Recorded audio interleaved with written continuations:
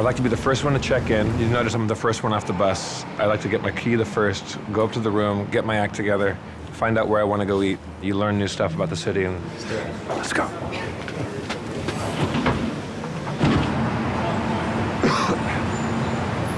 Traveling alone is my favorite thing. It's because if you travel with, like, if I go out with Spencer and Dan and Aaron and we all sit there, we're gonna talk and we're gonna do our, let's go crosser.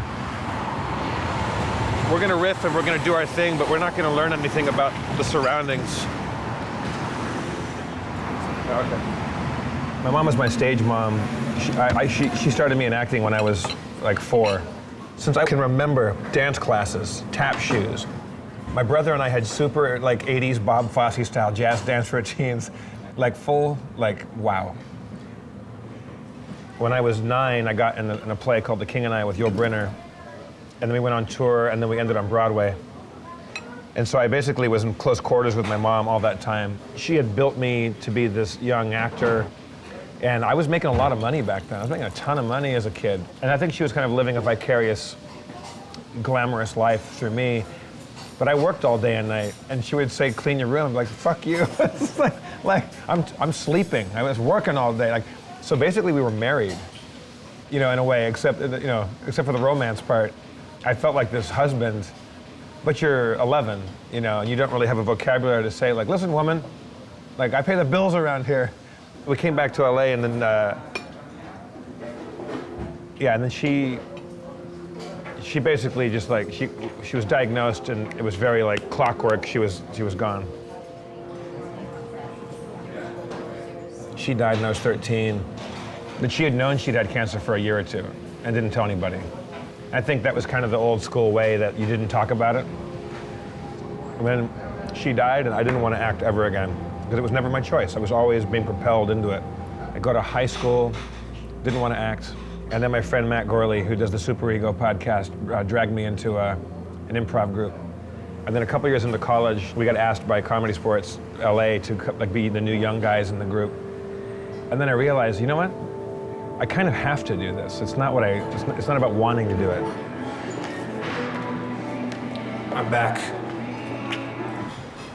Storytelling is what I like and what I care about, and I've been doing a lot of stuff that's improv and things like that, but I want to be involved in, like, things that connect people. I think that's part of the fetish about, like, doing Harmontown and stuff like that, is because every city, especially on this tour, is the best. It's the conversations with people afterwards. It's the weird connections that people have with that show and what it is.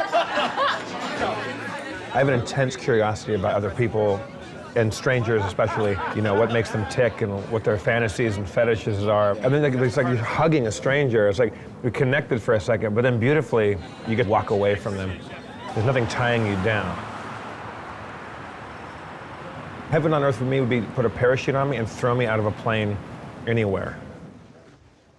1, 2, 2, 1, 1, 2, 1, 2. Hi.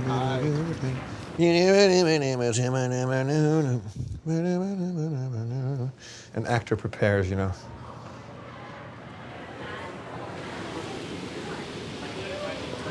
Do you get nervous in LA? Yeah, a little bit. Differently, though. I mean, this is like, there's so many more unknowns. I love it.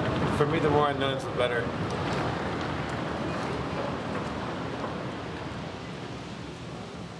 Dermot Mulrooney! Dermot Mulrooney! I'm sorry you have to be part of this. Jeff's verbal exercises. Chandelier!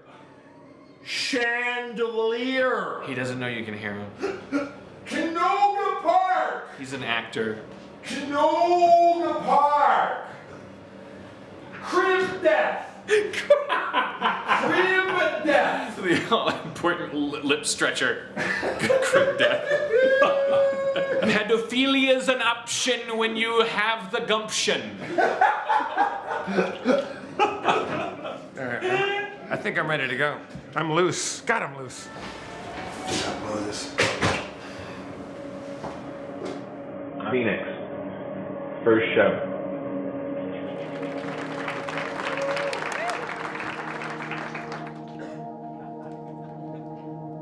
I'm kidding. Thanks for waiting, everybody. How you doing? Hope we can make these people happy. What we